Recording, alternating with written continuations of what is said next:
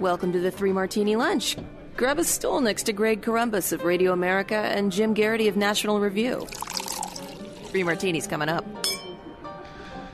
Hey, thanks for being here. It's the Monday edition of the Three Martini Lunch, and we're definitely glad that you have joined us. We have good, bad, and crazy martinis, all related to Bernie Sanders and his dominating win, we're pretty sure, in the Nevada caucuses.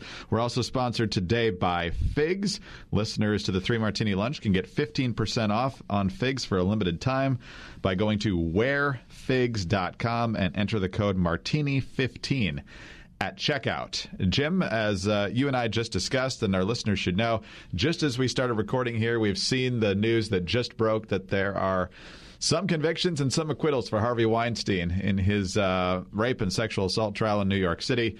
It would be inappropriate for us to dive into this a lot when we don't know exactly a lot of the details at this point. So rest assured, there will probably be quite a bit on this on the Tuesday edition of the Three Martini Lunch. But by the time some folks hear this, a lot of those details might be known, and you might be wondering why we're not talking about it, and that's why. So let's talk Bernie, and let's get into the good, bad, and crazy here.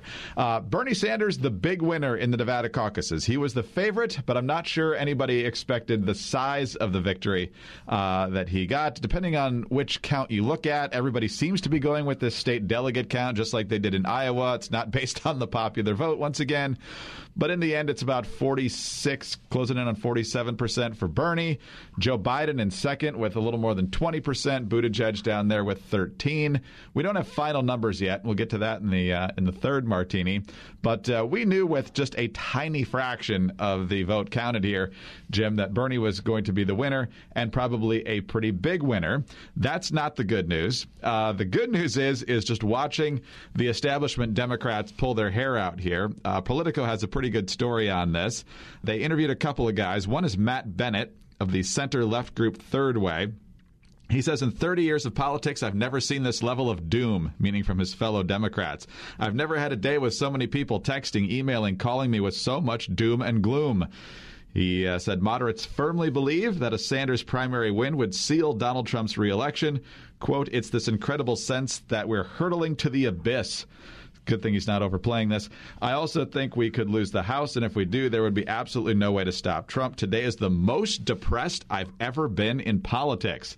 Simon Rosenberg, head of the New Democrat Network, which has to be a pretty lonely place these days. For the establishment, he says, I think it's Joe or bust. He says Biden is the only one who has a path to defeat Bernie, and it involves him winning South Carolina and then doing well enough in the early March states to make the race competitive.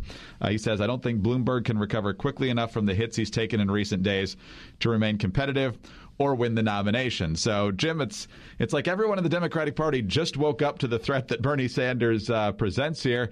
And I think the most ironic part of this is all the other candidates who actually spoke after the outcome was pretty well known on Saturday were basically saying, we have got to unite to stop this. And every one of them came to the conclusion that I'm the one that has to stay in this race to stop him. And so nobody's getting out.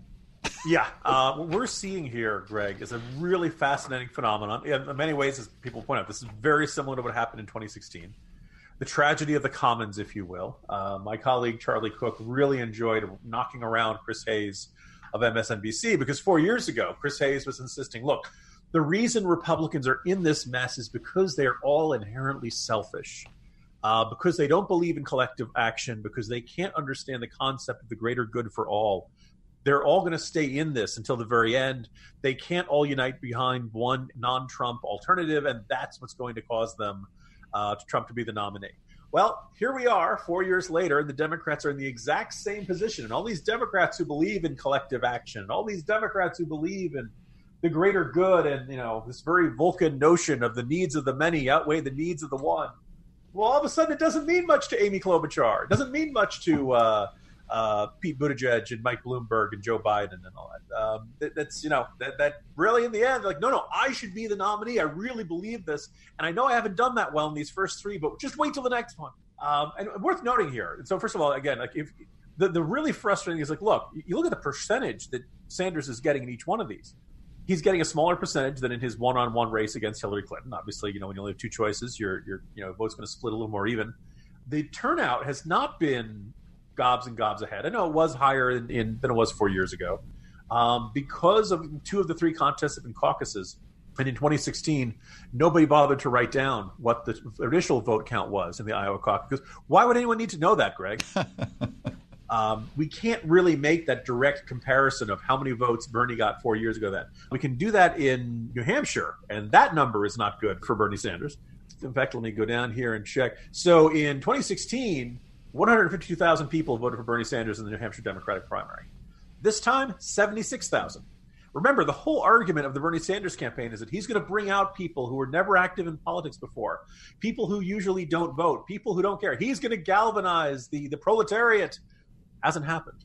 But the other thing, I'm just going to preview a corner post that is in the works. It'll be up on later today. The establishment is in a panic, but what's really fascinating is the establishment, they're venting. They sound very scared, but they're not willing to act upon that. And just any one of a couple scenarios that I think could actually change this. Give me one of the non-Bernie Sanders candidates, Greg. Let's go with Klobuchar. Okay. Imagine if tomorrow, or even later today, Barack and Michelle Obama, Bill and Hillary Clinton, and Al Gore all come together and say Amy Klobuchar is the best chance Democrats have to win in 2020.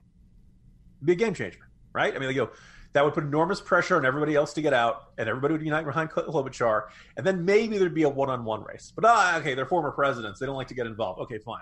Let's say Chuck Schumer and the Senate Democratic leaders get together. I looked it up, Greg. 10 of the 47 Democratic senators have endorsed, and that's counting Robert Menendez endorsing Cory Booker and John Tester endorsing Steve Bullock. 39 Democratic senators have not endorsed anybody. Imagine if even just say a dozen of them come out and say, we know Sanders well, we respect him, but we believe that Amy Klobuchar is our best bet against Donald Trump. Okay? That'd be a big hit. That'd be a big headline. That would make people sit up and take notice. You don't want to do that? Let's say in the House, Nancy Pelosi, Steny Hoyer, Adam Schiff, Gerald Nadler, the whole impeachment crew. If they came out and said, we got to elect Amy Klobuchar, that would get people to sit up and take notice. There are 16 House and Senate freshman women who just got elected in 2018. If they said Amy Klobuchar gives us the best chance to keep or expand the House majority, that would get people to sit up and take notice. Whole bunch of governors. I won't spare you the whole list, but I'll just say, let's imagine Tom Wolf of Pennsylvania, Roy Cooper of North Carolina, Gretchen Whitmer of Michigan, Tony Evers of Wisconsin. 4 states that are really important in this upcoming election. Imagine they all come out and said, Amy Klobuchar can carry this state, and we're not confident Bernie Sanders can. You think that would move people's votes? I mean, all of these people could come out and do something. They could actually change the dynamics of now, there'd be some risk involved. You'd piss off a whole bunch of Bernie Sanders supporters. But if you really think Bernie Sanders is a disaster for the party, act like it. And this is why the Democratic establishment is weak. Craig, the conclusion is the Democratic establishment is going to lose this fight because they're not willing to have this fight. And lo and behold, Bernie Sanders, at this point, looks like he's going to roll all over them all the way onto the nomination. I think if they were going to do this, or at least go to the blow up the Bernie campaign effort, it needed to happen a long time ago because, I mean, how many people came out saying anyone but Trump or even picked specific people but not Trump in 2016? I feel like all it did was validate Trump's argument that the establishment is corrupt and he's the guy who's standing up for it. And I think on the left, it might have the same effect for Bernie Sanders. It might be a little bit different if Obama did it. I think the Clintons are kind of yesterday's news, even inside the party. And I really don't know that Pelosi or Schumer would have that much of an effect. Maybe if you had some governors in those specific states, like you mentioned, or some fresh-faced people, it's hard to say. But rallying the troops at this point, I'm not sure that does the trick, especially in a crowded field. Well, that's the thing. The idea is that all of these folks would, if all of them came out and endorsed one figure, instead of simply saying, well, it shouldn't be Sanders, but instead of saying it should be Klobuchar or it should be Biden, right? Then you at least you get into that one-on-one debate. And we're going to see exactly how hard that ceiling is against Bernie Sanders. If it doesn't work, it doesn't work. But at this point, all of these people are too afraid to even try. Was it Larry Bird who said you miss 100% of all the shots you don't take? Exactly. Might have been Jordan. I can't remember. Pete Buttigieg. It's Indiana. You should know what Larry Bird said. But I know it's before his time. That's so sad. That's so sad. But anyway, Democrats, if you're feeling sick, you might want to go see a doctor. And if you're going to go see a doctor, you're going to want one that's feeling good themselves. And I don't just mean not coming down with coronavirus or the flu or whatever is going around at this point, but somebody who actually feels comfortable, literally, in their clothes. And did you know that a nurse walks about 5 miles per shift, or that doctors can work up to 80 hours per week, all on top of devoting themselves to our well-being. They got to go through the paperwork, all the sorts of compliance that they have to do now with Obamacare and all sorts of other regulations. They work hard, and they still have to spend all that time with us, which is what they really want to do, trying to make sure that we are at our peak physical condition. And so these people, sometimes we think of them as practically superhuman, and they need to have clothes that support them in every way possible. And that's where Figs comes in. It's an incredible company that's doing something about this need. They design medical apparel that looks good, feels good, and helps your favorite medical professional perform at their very best, no matter what they have to deal with on a daily basis. Figs scrubs are packed with tons of features and functionality. They created their own fabric that is antimicrobial, anti-wrinkle, moisture-wicking, full of stretch, and ridiculously soft. And it's got pockets, tons of pockets. Some of their styles include more than 10 pockets, which is amazingly useful when you've got a stethoscope, pens, pen light, scissors, tape, alcohol pads, sanitizer, snacks, more snacks. You get the idea. Also, they come in a ton of different colors and styles, from classic V-neck tops to straight-leg pants to more fashion-forward collared shirts and jogger pants. Here's the thing that I learned in testing out the stuff from Figs. As I mentioned, I got the activewear jacket. And you mentioned the stuff with the pockets, Jim. There are pockets everywhere. I got pockets where I can put my sunglasses, my keys, my gloves, all sorts of different things. It's a good jacket. You can wear it from 40 degrees all the way up to early to mid 60 degrees. It's very flexible, and you can store a lot of stuff without making yourself look like the Stay Puft Marshmallow Man from Ghostbusters. And so sometimes you're figuring out, oh, is that this pocket or that pocket? But you get used to it, and you can really use that, and especially, as you mentioned, all the different things that doctors have to have with them as they make their rounds, have hours with their patients in clinics and so forth. And the same goes for nurses and for all the techs. They wear these type of outfits all day long too, and so being comfortable is critical. So if there's a doctor in your house, or maybe even a veterinarian or a radiologist or anybody else, and even if you don't work in the medical industry, you've got to know somebody that does, and you should tell them or give them a gift from Figs as well. And right now, listeners of the Three Martini Lunch are getting 15% off for a limited time. To take advantage of that, go to wearfigs.com, wearfigs.com, and enter the code Martini15, Martini15 at checkout. All right, Jim, let's move to our bad martini now. And as we've mentioned, it looks like, at least right now, and obviously things could change, Bernie Sanders is in good shape to end up being the Democratic presidential nominee, which is pretty impressive for a guy that doesn't really identify as a Democrat. Folks are finally starting to pay attention. For a long time, they just wanted to kind of give him a pat on the head and hope that when Bernie fizzled out or he got too old to run, which they thought would probably be the case this year, that maybe they could win over his supporters. But Bernie's still in it. Bernie's winning. And now people are getting a little bit nervous. Last night at 60 Minutes, we were reminded of a number of reasons why we ought to be nervous about Bernie Sanders being the nominee or the next president of the United States. Anderson Cooper on 60 Minutes, referring to those videos, which are still out there on YouTube and elsewhere, and we've referenced many times, of Sanders back in the 80s and at other times, extolling the finer points of Fidel Castro and the Sandinistas in Nicaragua and even the Soviet Union. And here's how that 60 Minutes exchange went. It starts with Anderson Cooper and the videos, and then you get Bernie's response. Back in the 1980s, Sanders had some positive things to say about the former Soviet Union and the Sandinistas in Nicaragua. And everybody was totally convinced. Here he is explaining why the Cuban people didn't rise up and help the U.S. overthrow Cuban leader Fidel Castro. He educated the kids, gave them health care, totally transformed the society. We're very opposed to the authoritarian nature of Cuba. But, it's unfair to simply say everything is bad. When Fidel Castro came into office, you know what he did? He had a massive literacy program. Is that a bad thing, even though Fidel Castro did it? There's a lot of dissidents imprisoned in Cuba. That's right, and we condemn that. Unlike Donald Trump, let's be clear, I do not think that Kim Jong-un is a good friend. I don't trade love letters with a murdering dictator. Vladimir Putin, not a great friend of mine. Jim, they had political opponents in prison. They shot a lot of them on the beach. Che Guevara did all that. But hey, kids learned how to read. They learned how to read Cuban propaganda. Yeah, basically. A couple of thoughts there. First of all, notice he deflects, I'm not too cozy with a Cuban dictator by looking at this North Korean dictator over here and this Russian dictator over here. Which, oh, by the way, at least according to some intelligence sources, the Russian government wouldn't be all that upset about Bernie Sanders being elected president. I mean, when you propose a 50% cut in defense spending, yeah, people, Russians might be a fan of that. But okay, fine. Let's assume Bernie Sanders does not support the Russian state. For most Democrats, the Russian state has been the biggest threat facing America since election night 2016. The more interesting thing, I think, Jeff, if people listen to this podcast on a regular basis, and I hope you do, you'd probably say, Jim and Greg really don't like China imprisoning the Uyghurs. They really don't like China's brutal crackdown in Hong Kong. They're not fans of North Korea. They are, if people go down the national debt we're worried about, a lot of folks aren't. You could go down the list of all the different things that annoy us. The state of Nevada,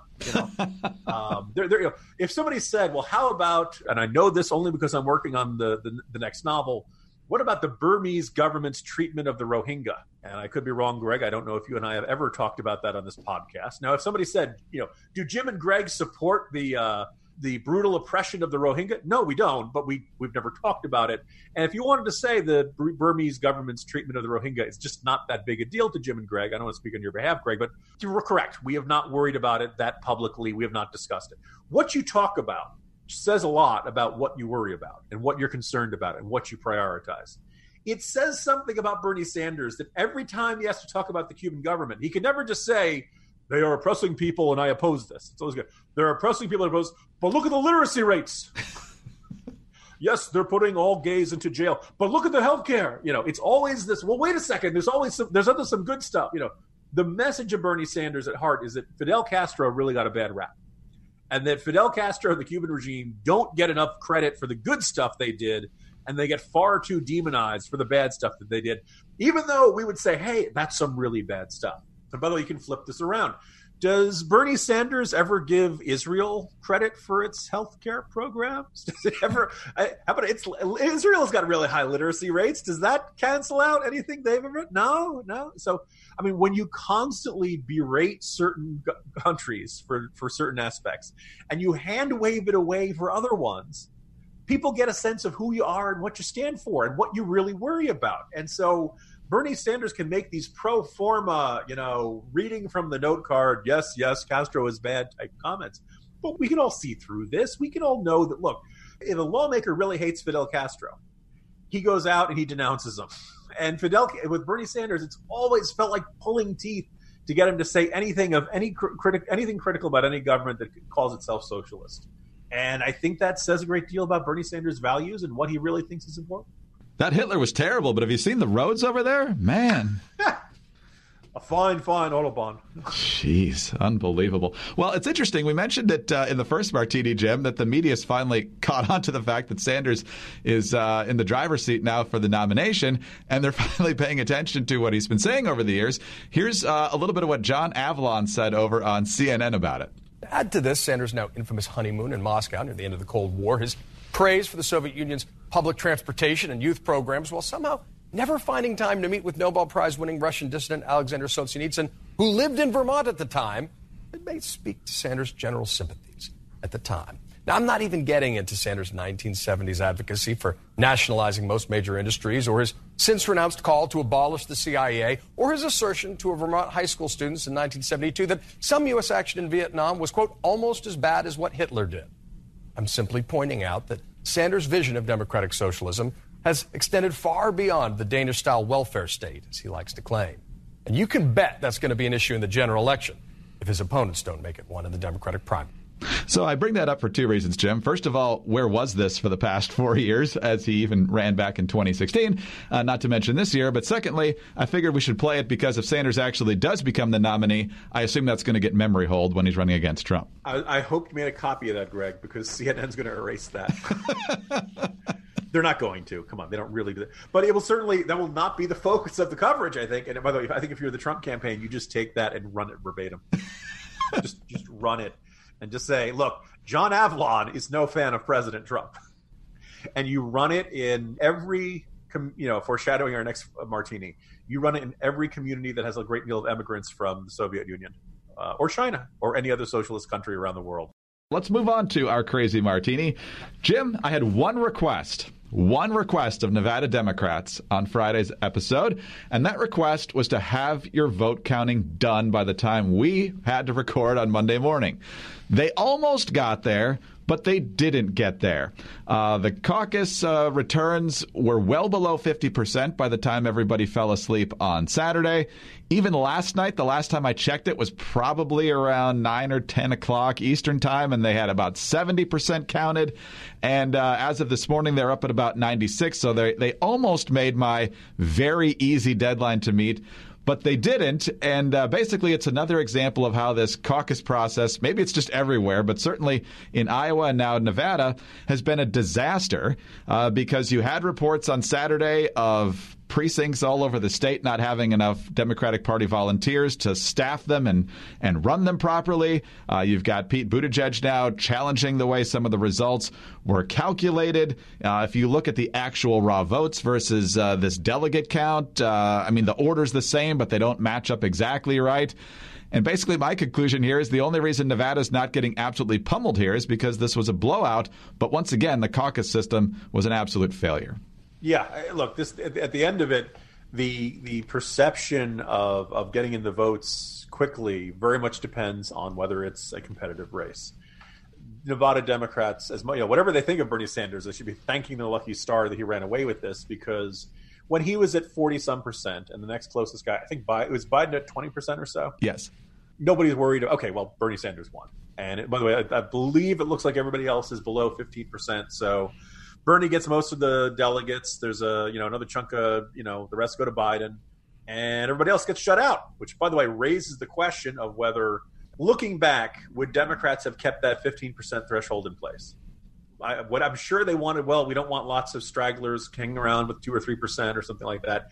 It didn't work if the goal was to narrow the field. And what they ended up doing was create a situation for, if you're Amy Klobuchar or any of these folks who are trying to come from behind, you're not a front runner. Think about it. If you get 14%, you get nothing.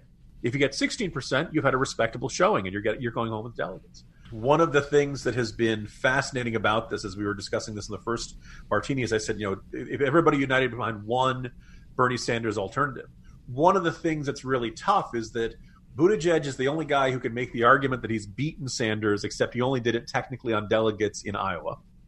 Bernie Sanders knocked everybody around in New Hampshire, but Buttigieg can say, well, at least I was second there. Klobuchar can hold her head high based on that one, that she had a very respectable third place. She got delegates out of it, but she did nothing in Nevada, and I don't think she's going to do that much. It doesn't look like she's going to do much in South Carolina. And then you're on to Super Tuesday, and it's just hard to believe that somebody who's running 5th, 6th place is going to suddenly rocket up to the top, and in too many places, other than her home state of Minnesota.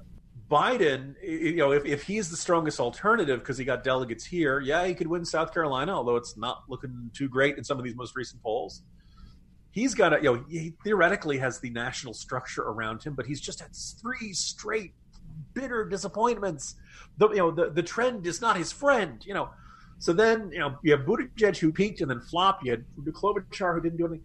And then there's Bloomberg who wasn't competitive in any of these things. Now he's got the money, and he's going to be he's going to be spending a ton in all these states. So maybe on Super Tuesday he surprises everybody.